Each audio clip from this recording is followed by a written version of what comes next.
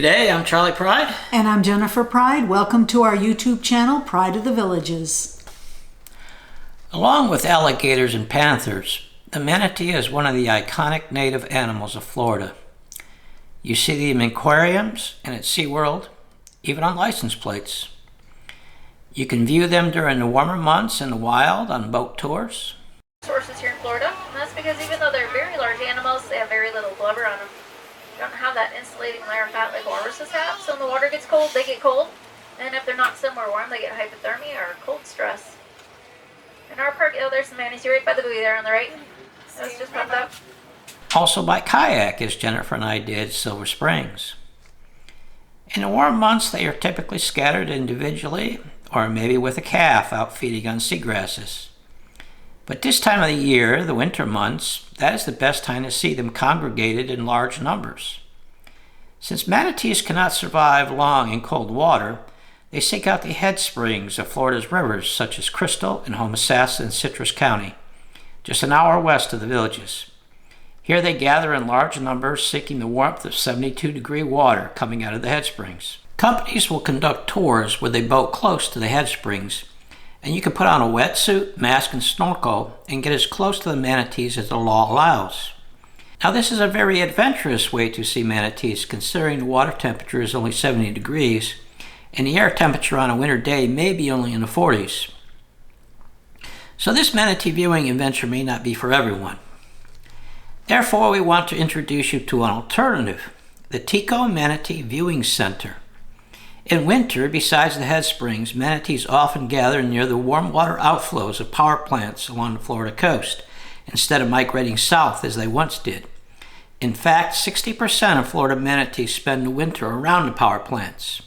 As a villager, you are probably familiar with TECO Energy. TECO People Gas is the utility company providing natural gas to most of the villages. The other business side of TECO Energy is Tampa Electric. It is Tampa Electric at its Big Bend power plant located in Apollo Beach, just off of I-75, where the Manatee Viewing Center is located.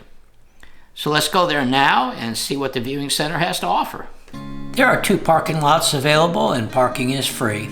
Also, admission to the center is free. The center is basically self-guided, but there are plenty of information display boards and there is a narration over speakers on the viewing platform. The Big Bend power plant has been in operation since 1970. Power generation from the plant comes from a combination of burning natural gas and coal. Tampa Electric is in the process of converting more of its power generation to natural gas and is the state's largest producer of solar energy. The plant takes in salt water from Tampa Bay to cool the power units and discharges clean warm water back into the canal where you have hundreds of manatees gathered. Each one of these humps that you see in the water is a manatee. The area is designated as a state and federal manatee sanctuary, so no boats or swimming with manatees are allowed. Not that you would want to, as some of the very large sharks of the area also like this warm water.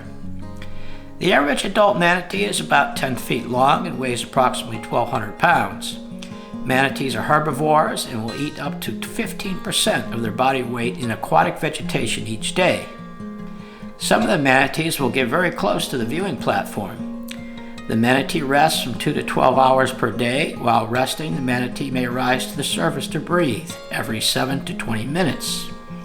When you see manatees with scars on their backs, it is usually caused by collisions with boat propellers. But each year, hundreds of manatees die from the cold, collisions with boats, and other causes.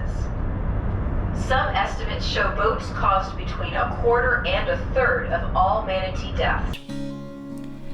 The state will restrict boat speeds in areas where manatees congregate in order to reduce the number of these collisions. Next to the viewing platform is the gift shop and the environmental education building. Here there are colorful displays on the world of the manatee and its habitat. The West Indian manatee is believed to have evolved from a 4-footed plant-eating land mammal more than 60 million years ago. Its closest modern land relatives are the elephant, hyrax, and aardvark. Legend has it that sailors who caught the first glimpse of the manatee mistook it for the Greek mythical siren, a tempest who lured sailors to the deadly reefs, rocks, and treacherous waters. You can inspect actual manatee bones, as Jennifer here sees if her hand is larger than a manatee's. There is also a display on hurricanes and how Tampa Electric prepares for it in response to these major storms.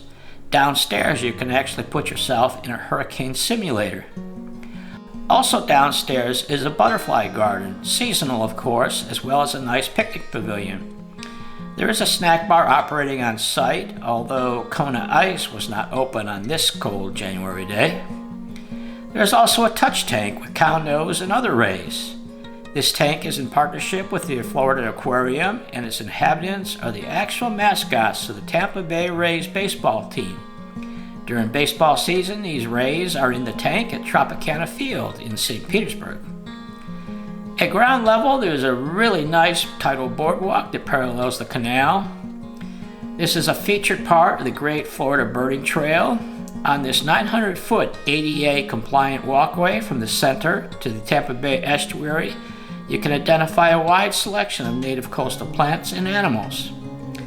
Dominant are the three types of mangroves that form a forest, which the walkway passes through.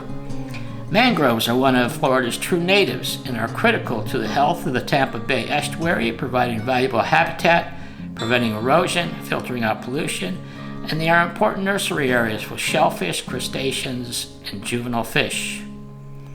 As you proceed back to the main area, you will also come across a map that has additional walking trails through this coastal area.